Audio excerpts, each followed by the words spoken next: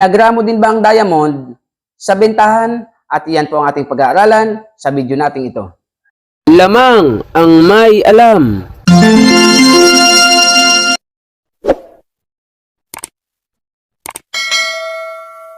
Lamang ang may alam.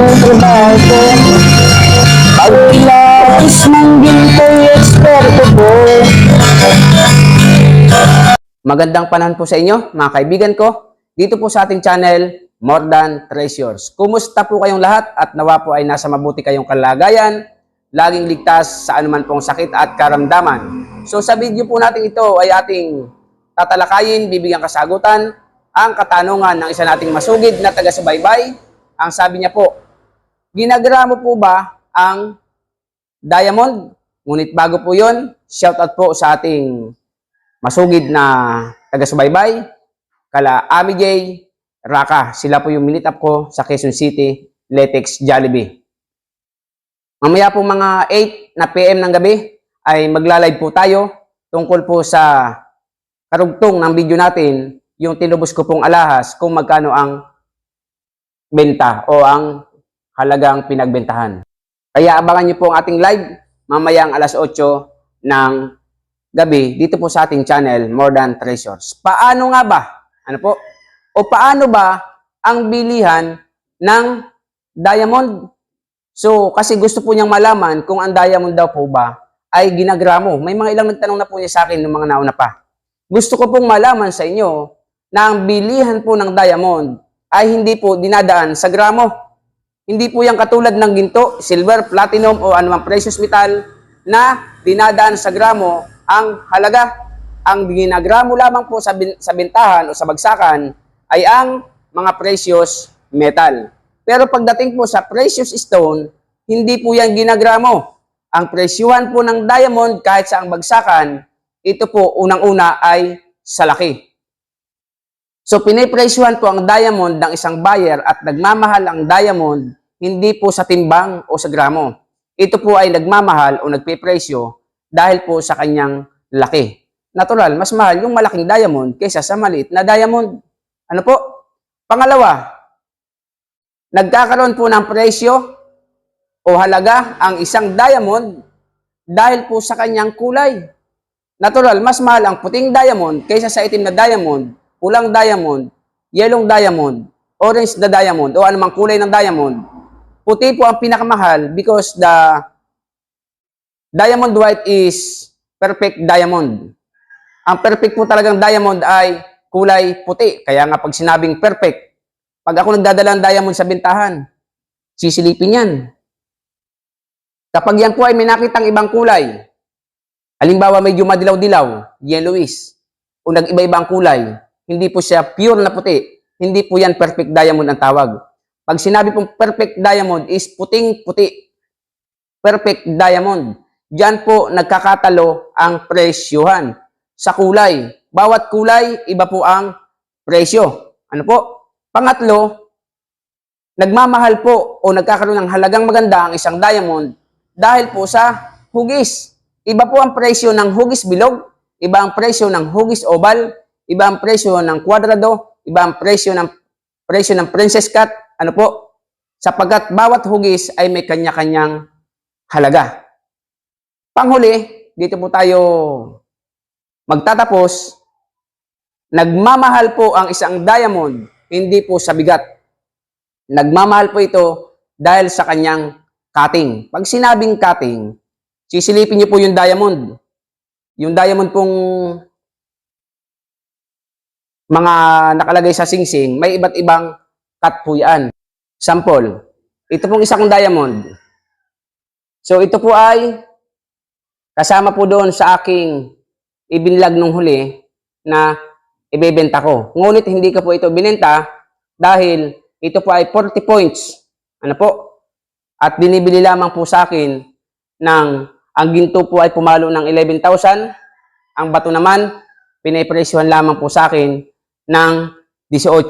So halos papalo lamang po ng 30,000 sapagkat ang bato po nito ay malaki. Malaki po ang bato niyan. Yan. Yung isa ko po namang naibenta ay 50 points. Kalahating karat. Ito po, kulang-kulang kalahating karat. So, nagmamahal po ang diamond, higit sa lahat, ay sa cutting. Halimbawa po, ang diamond mo ay nakalagay sa singsing. Yung naibenta ko pong isang diamond na malaki ay double cut. Siyempre, may tinatawag po yan na single cut. Ano po?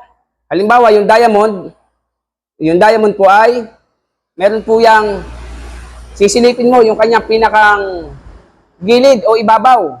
Yung pinakang ibabaw niya. Yung pinakang ibabaw ng diamond, sisilipin mo bandang gilid. Meron po yan tapyas.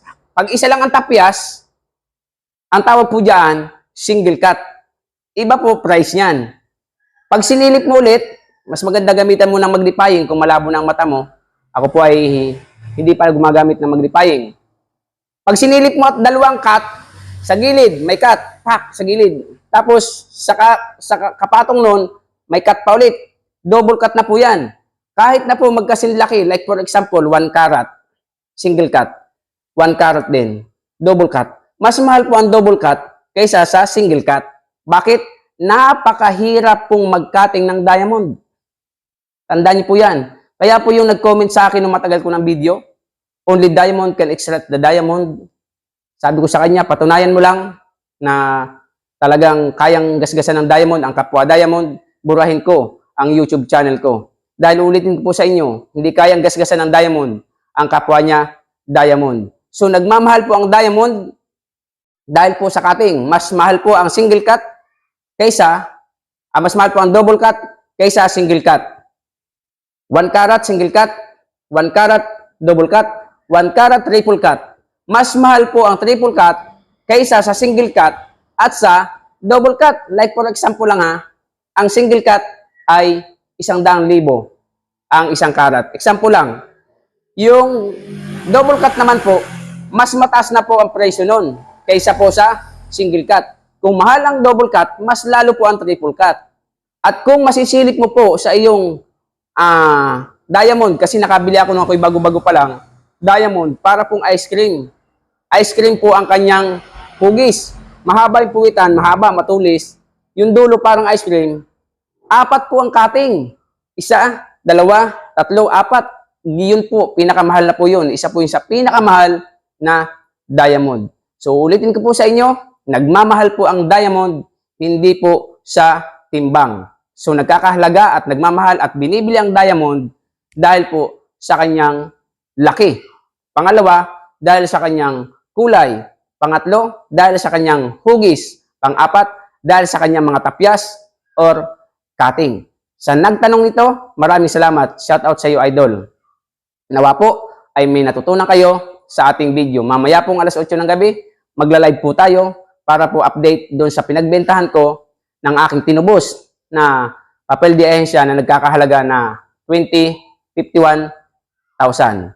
Sa mga bagong dating at hindi ka pa nakasubscribe, pakisubscribe niyo po ang ating channel, pakihit niyo po ang notification bell upang lagi kayong update sa ating mga bagong videos. Lagay niyo pa i-all.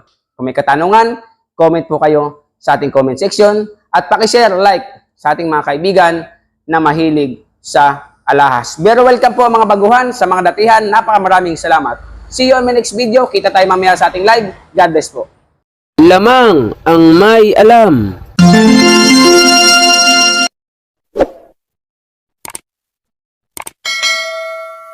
Lamang ang may alam. Ang trabaho ko, pagkilais ng ginto'y eksperto ko. Kung sa mga tatak, sa ito'y alam ko ang peke at totoo. Ako ay isang asayan ng dito. Alam ko ang tunay at totoo. Kung usapan ay alas lang, yan ay kaya namin patunayan. Ako ay alahero at asayan ng ginto. Alam ko ang tapak na totoo. Walang maitatak na ginto. Agad ang alahero, eksperto sa ginto.